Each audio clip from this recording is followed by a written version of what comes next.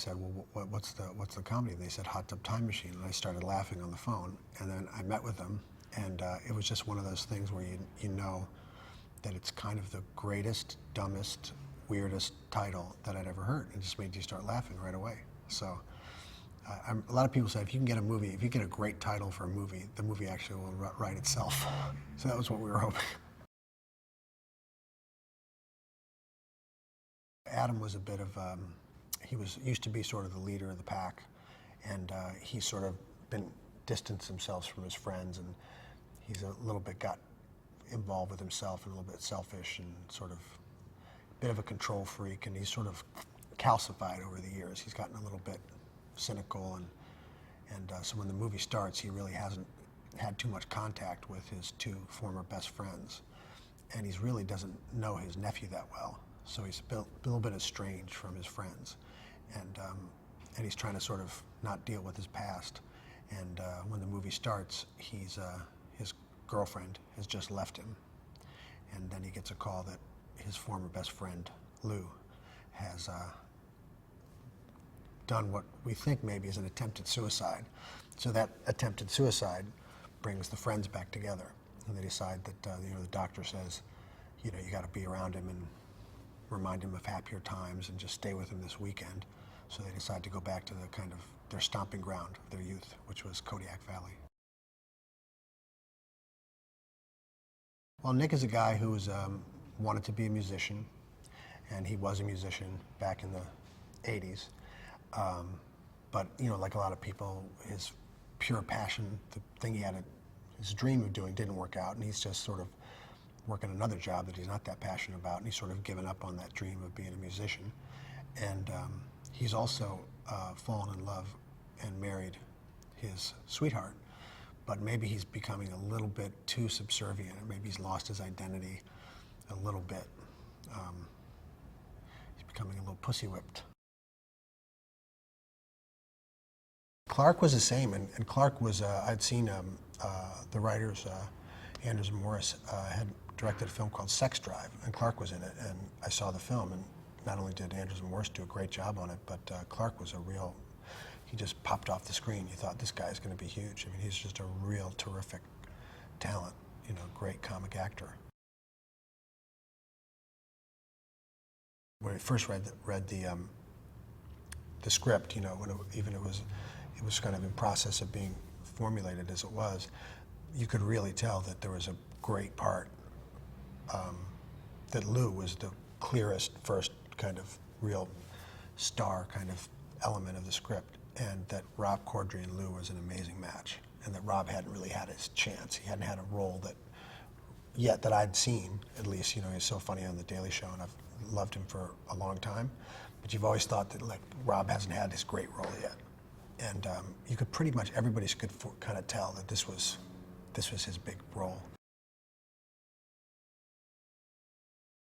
We meet the kind of mystical repairman played by the great Chevy Chase, and we find out from him that we have to do exactly what we did 20 years ago, or there'll be a butterfly effect and there'll be a ripple in time and we won't be able to get back. So we find out the kind of time travel rules from our mystical repairman, Chevy Chase. So we have to go do exactly what we did 20 years ago. And Lou tried to get into a three-way 20 years ago, but then got his ass kicked. And Nick played with a band and had sex with a girl, with a groupie. And then he feels horrible because now he thinks he's going to be cheating on his wife. And things are bad enough there as it is, so he's very conflicted because he loves his wife very much. And my character, Adam, broke up with someone he describes as the Great White Buffalo, which was the great girlfriend, the one girlfriend who got away, who was like the greatest girlfriend of his life. So he has to go break up with that girl again. And back in the past, she got so angry that she stabbed him in the eye with a fork. So he has to go break up with the greatest girlfriend of his life and get assaulted. So it's not really it's not a great weekend. We had a terrific script, and then Steve and I and the actors would just we'd get together and we'd riff, and all the actors had great things to come up with, and Chevy had some amazingly bizarre things come out of his mouth, and Crispin's very kind of exacting kind of artist where he comes in and he has a lot of things that he needs to work out and do, and he's fantastic. So yeah, it was fun that way. It was a kind of a great free for all, you know, the way that it was a wild time. If the comedy comes from character, and if you sort of learn to care about the characters or you care about what they're going through, then you can be as absurd and grotesque and surreal and bizarre as you want, and you'll always come back to the fact that, you know, these were three friends who thought they were going to conquer the world together, who have kind of come apart and lost each other in their lives, and their dreams haven't worked out just the way they want, and life is never completely fair, and it's kind of harsh sometimes. But, you know, you really hope by the end that they actually find out that their friendship is what matters, you know, and that they stick together. So you're sort of rooting for these guys to kind of get back together and be the friends that they were. And I think that sort of gives it its grounding, like sort of gives it its heart. What gave it its heart is that, you know, you don't really know what fate's going to bring you, and you don't know how your future's going to turn out.